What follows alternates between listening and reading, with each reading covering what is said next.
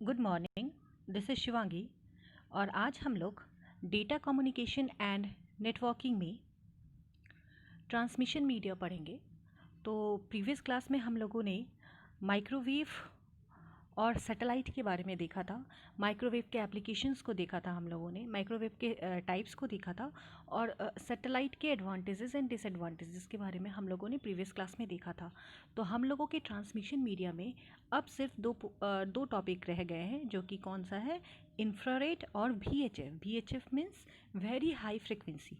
तो दोनों कहाँ कहाँ यूज़ होते हैं, दोनों के एप्लीकेशन क्या क्या हैं, उसको हम लोग देखेंगे। तो आज इस लेक्चर के साथ ही हम लोगों का यूनिट 2 फिनिश हो जाएगा। तो अगर आप लोगों को किसी में भी कोई भी प्रॉब्लम हो तो आप लोग पूछ सकते हो, ठीक है। तो स्टार्ट करते हैं हम लोग। सबसे पहले व्हाट इज़ इंफ्रारेड ट्रांसमिशन। तो इंफ्रारेड ट्रांसमिशन भी अनगाइडेड ट्रांसमिशन है। तो उसके साथ ही देखते हैं हम लोग फ्रिक्वेंसी लेवल क्या है, कहाँ कहाँ इसका एप्लीकेशन है। तो यही हम लोग यही देखते हैं। तो सबसे पहले हम लोगों को इसके फ्रिक्वेंसी रेंज के बारे में देखना पड़ता है कि हर एक अनगाइडेड मीडिया, जितने भी होते हैं अनगाइडेड मीडिया, तो उन लोगों के या फिर गाइडेड मीडिया, सबके हम लोगों को फ्रिक्वेंसी रेंज को देखना पड़ता है।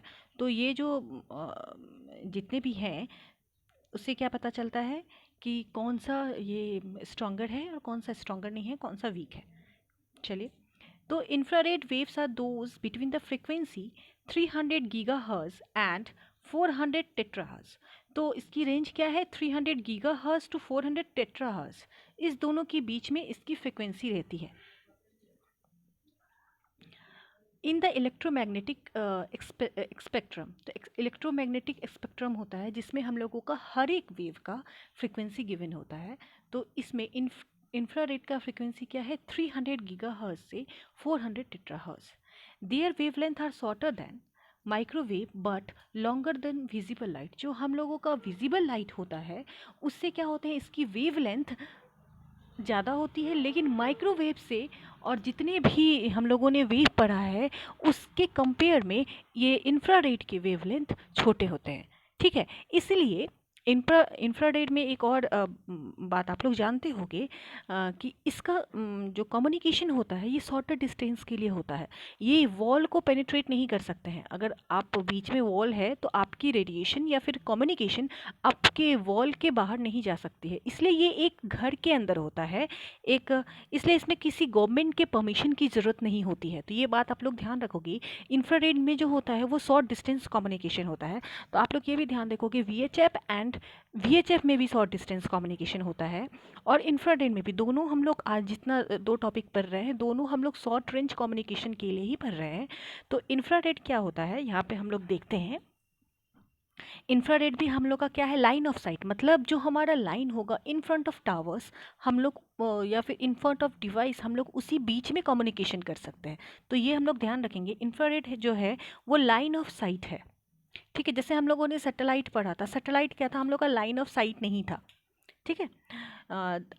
They can penetrate walls, they cannot penetrate walls. हम लोग इसको वॉल्स से पेनिट्रेट नहीं करा सकते, इसका मतलब हम लोग वॉल के अपोजिट इसको रिफ्लेक्ट नहीं करा सकते हैं। And sun infrared rays interface with these rays, so can not be use for long range communication.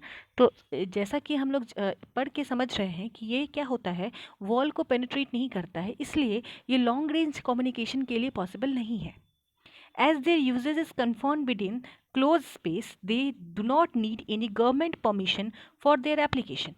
क्या होता है कि एक्चुअली इसका लॉन्ग डिस्टेंस के लिए नहीं है, और जो भी हम लोग कम्युनिकेशन करते हैं वो एक क्लोज स्पेस के बीच में करते हैं, बंद स्पेस के बीच में हम लोग इंफ्रारेड कम्युनिकेशन करते हैं। इसलिए इसमें गवर्नमेंट की परमिशन की ज़रूरत नहीं पड़ती है। इसके डिवाइसेस को यूज़ करने के लिए हम लोगों को गवर्नमेंट की परमिशन की ज़रूरत नहीं पड़ती है। जिस तरह हम लोग इसका एप्लीकेशन में बता सकते हैं, रिमोट कंट्रोल, जैसे हम लोग टीवी और रिमोट चलाते हैं, इसके लिए हम लोगों को क्या है, एकदम लाइन ऑफ साइट में हम लोगों का होना चाहिए कम्युनिकेशन। मतलब आप उसी लाइन ऑफ साइट से उस चीज़ को, उस रिमोट के थ्रू उस टेलीविज़न को हैंडल कर सकते हो, ठीक है। तो इसके एप्लीकेशन आप लोग अपने कॉपी में नोट करोगे। Application of infrared waves in communication, remote control for television, stereos and other home application. जितनी भी होम एप्लीकेशंस होते हैं, लाइक आप अगर किसी रिमोट से लाइट बंद करना चाहते हो, कितने भी स्मार्ट आपके डिवाइसेस होते हैं, वो सब क्या होते हैं, वो आपके क्लोज स्पेसेस के बीच में होते हैं। तो इसीलिए इसके लिए इस डिवाइसेस के लिए किसी गवर्नमेंट की परमिशन या अथॉरिटी की ज़रूरत नहीं पड़ती है। ठीक है। वायरलेस लैन मॉडेम, जो हम लोग वायरलेस मॉडेम यूज़ करते हैं, वो भी क्या है, एक शॉर्ट रेंज के लिए है। और एकदम आप लोग ये चीज़ ध्यान रखोगे, ये लाइन ऑफ साइट में होता है। मतलब आप जो एक रेंज होती है, उस रेंज के विपरीत, मतलब उस साइट, लाइन ऑफ साइट के विपरीत आप इस सिस्टम को या डिवाइस को वर्क नहीं कर सकते हो। ठीक है। कीबोर्ड, माउस, प्रिंटर, अगर आप माउस यूज़ कर रहे हो तो क्या होता है कि आपको एकदम उसके रेंज में, उस डिवाइस के रेंज में ही उसको यूज़ करना होगा। आप कहीं से भी माउस को अगर आप हैंडल कर रहे हो तो वो आपका सुटेबल नहीं होगा और यूज़फुल नहीं होगा। Fire detectors, night vision system, intrusion detection system, motion detector, ये सब क्या है, मेरा इंफ्रारेड वेव की कम्युनिकेशन है। तो इंफ्रारेड वेव में हम लोगों ने क्या क्या देखा कि इंफ्रारेड वेव की क्या क्या फ्रिक्वेंसी थी, किस इलेक्ट्रोमैग्नेटिक स्पेक्ट्रम में इसकी रेंज क्या है, 300 गीगाहर्ट्ज से 400 टेराहर्ट्ज। ठीक है। और इसके वेव जो होते हैं वो विजिबल लाइट से लॉन्गर होते हैं, मतलब इसके वेव जो होते हैं वो विजिबल लाइट से लॉन्गर होते हैं, और जो मेरा माइक्रोवेव है उससे क्या होता है, शॉर्टर होता है। ठीक है। और इंफ्रारेड जो होता है ये लाइन ऑफ साइट में काम करता है। एक्चुअली हम लोग ने देखा था कि माइक्रोवेव भी हम लोगों का लाइन ऑफ साइट में ही काम करता है। तो they can not penetrate wall, इसकी जो कम्युनिकेशन होते हैं वो वॉल के अपोजिट या विपरीत काम नहीं कर सकता है, इसलिए इसको लॉन्ग डिस्टेंस कम्युनिकेशन के लिए यूज़ नहीं कर सकते, इसलिए इसका शॉर्ट रेंज में ही यूज़ होता है, शॉर्ट रेंज कम्युनिकेशन होता है। इसलिए इसके एप्लीकेशन के लिए किसी गवर्नमेंट अथॉरिटी की ज़रूरत नहीं पड़ती है। ठीक है, ये इसके एप्लीकेशन से आप लोग ध्यान दोगे। और लास्ट टॉपिक हम लोग पढ़ रहे हैं VHF। VHF का मतलब क्या होता है, वेरी हाई फ्रिक्वेंसी। तो देखते हैं हम लोग कि VHF क्या है। VHF को आप लोग ध्यान रखोगे, VHF का फुल फॉर्म क्या है, वेरी हाई फ्रिक्वेंसी। आप लोग एक चीज़ देखोगे, VHF जो होता है वो actually largely air controlling traffic के लिए यूज़ होता है। एयर कंट्रोलिंग के लिए जो हवाई जहाज़ होते हैं, एयरक्राफ्ट, उस सब के लिए ये VHF का यूज़ होता है। तो VHF का भी जो रेंज होता है वो आपका कम होता है, ये भी शॉर्ट डिस्टेंस के लिए यूज़ होता है। और आपको चलिए पढ़ते हैं तब समझ में आएगा। VHF is used to identify the best signal frequency for your two-way radio needs. मतलब दोनों तरफ के कम्युनिकेशन के लिए हम लोगों को VHF की ज़रूरत पड़ती है। Very high frequency is commonly use for FM radio broadcast, two way landline mobile radio system, long range data communication and marine communication, just to name a few.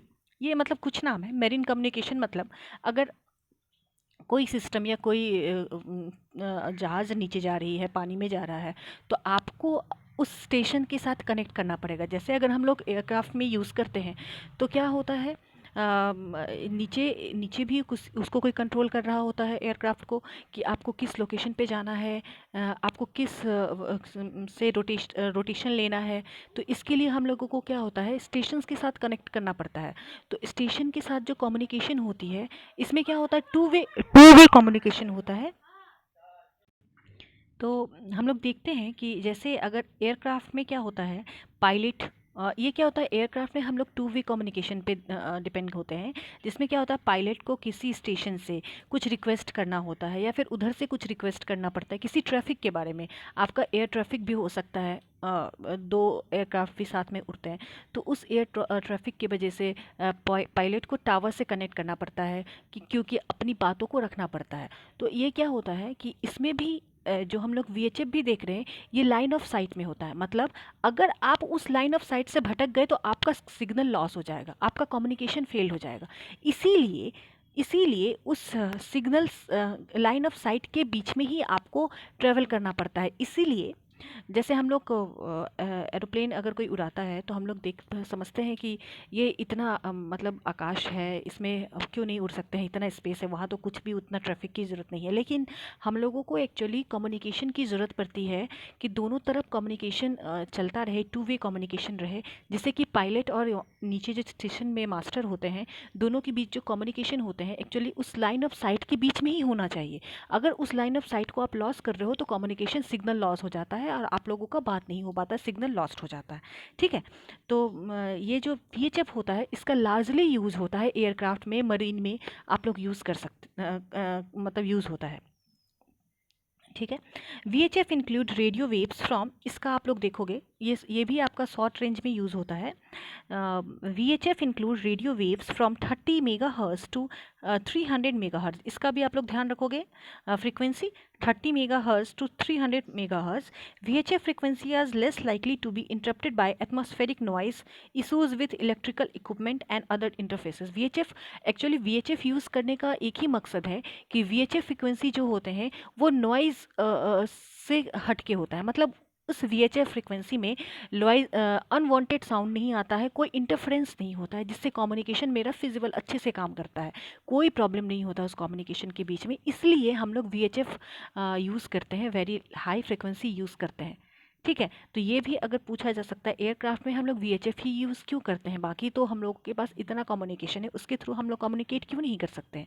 तो एक्चुअली VHF क्या होता है कि यहाँ पे देखना, less likely to be interrupted, मतलब ये एटमॉस्फेरिक एरिया से थोड़ा नॉइज़ बीन होता है, एटमॉस्फेयर की वजह से इसमें नॉइज़ क्रिएट नहीं होता है, कोई इंटरफ्रेंस नहीं आता है, इसलिए VHF का यूज़ किया जाता है। ठीक है। ठीक है। यहाँ पे आप लोग एक इमेज देख रहे हो, देखो ये लाइन ऑफ साइट, मतलब ये मेरा टावर है, ये टावर है, और यहाँ पे जैसे युद्ध हो रहा है या कारगिल में किसी भी LOC के ऊपर मेरे सैनिक हैं, तो उनके साथ कैसे कनेक्ट होते हैं। तो ये क्या होता है आपका, इसमें भी टू वे कम्युनिकेशन होना ज़रूरी है, क्योंकि आपका एक जो हेड होता है उनसे बातें होती रहती है कि आपको इधर मूव करना है, या फिर ये जो आपके बॉर्डर पे कुछ इन्फॉर्मेशन है उनको देना होता है कि ऐसा हो रहा है। तो इसके लिए क्या होता है कि आपको उसी लाइन ऑफ साइट में होना होगा, अगर उस लाइन ऑफ साइट में आप नहीं रहोगे तो आपका कनेक्शन नहीं होगा। देखो ऐसे क्या हो रहा है, उन लोगों के पास भी एक अंटीना होता है, अंटीना के थ्रू क्या होता है उस लाइन ऑफ साइट से वो कनेक्टेड होता है। देखिए जैसे यहाँ पे टोटल 4 सैनिक हैं, चारों सैनिक में तीनों का कनेक्शन लाइन ऑफ साइट में है, और एक जो सैनिक है मेरा ये, वो क्या है, बियॉन्ड लाइन ऑफ साइट है, BLOS लिखा हुआ है, बियॉन्ड LOS, मतलब ये जो मेरा लाइन ऑफ साइट है इसके बियॉन्ड में इसका सिग्नल है। तो क्या हो रहा है, इसका कनेक्शन लॉस हो गया है। ठीक है। यही मेरा लाइन ऑफ साइट है, मतलब सबका सिग्नल इस लाइन ऑफ साइट में है, बट इसका जो टावर है ये क्या है, लाइन ऑफ साइट से हट गया है। तो ये क्या हो गया, BLOS, beyond line of site. ठीक है। चलो, VHF waves are limited to use in short range line of sight communication, they do not bend radially।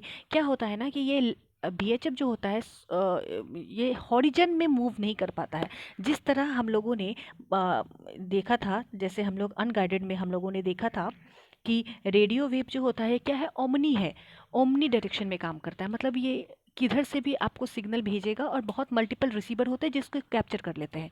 लेकिन ये VHF क्या होता है, एक्चुअली लाइन ऑफ साइट में ही इसका कम्युनिकेशन होता है, तो ये पूरे हॉरिजन में नहीं फैल सकता है। अगर आप चाहो कि सपोज़ सपोज़ कि ये कोई कोई मतलब सैनिक जो हो यहाँ हो, तो क्या होगा, ये तो लाइन ऑफ साइट ऐसे मूव करेगा, ये ऐसे मूव करेगा नहीं, तो क्या होता है, इसलिए इसका जो वर्क होता है ये शॉर्ट डिस्टेंस के लिए ही होता है, क्योंकि ये पूरे हॉरिजन में ये ट्रांसमिट नहीं हो सकता है। तो आप लोग इस पॉइंट पे भी ध्यान दोगे कि VHF wave are limited to use in short range line of sight communication, they do not bend radially around the earth curvature, ये अर्थ की तरफ कर्वेचर की तरफ बेंड नहीं कर सकते हैं, and can not transmitted beyond the horizon, horizon के बियॉन्ड ये ट्रांसमिट नहीं कर सकता है। ठीक है। अब VHF क्या होता है, इसके भी 3 टाइप्स हो सकते हैं। ग्राउंड टू ग्राउंड कम्युनिकेशन, ये क्या हो रहा है आपका, ग्राउंड टू ग्राउंड कम्युनिकेशन है। Ground to air communication, ground to air communication मतलब जो हम लोग एयरक्राफ्ट में बात करते हैं, कोई स्टेशन पे होते हैं और कोई मतलब पायलट होते हैं, उन दोनों का कम्युनिकेशन क्या होता है आपका, ग्राउंड टू एयर। और एक तो होता है एयर टू एयर, क्या होता है, एक पायलट होते हैं, एक सब पायलट होते हैं, तो दोनों के बीच में भी जो कम्युनिकेशन होता है वो भी क्या है आपका VHF कम्युनिकेशन है। ठीक है। आई होप कि आपको इंफ्रारेड और वीएचएफ वेरी हाई फ्रिक्वेंसी दोनों समझ में आया होगा। आप लोग अपने नोट्स अच्छे से प्रिपेयर करोगे। और ट्रांसमिशन मीडिया जो कि हम लोगों ने पढ़ा है, ट्रांसमिशन मीडिया, इस ट्रांसमिशन मीडिया में हर एक पार्ट्स को हम लोगों ने अच्छे से समझा है। अगर आप लोगों को किसी भी पार्ट्स में कोई भी प्रॉब्लम हो तो आप लोग हमसे पूछ सकते हो। Okay, thanks for watching.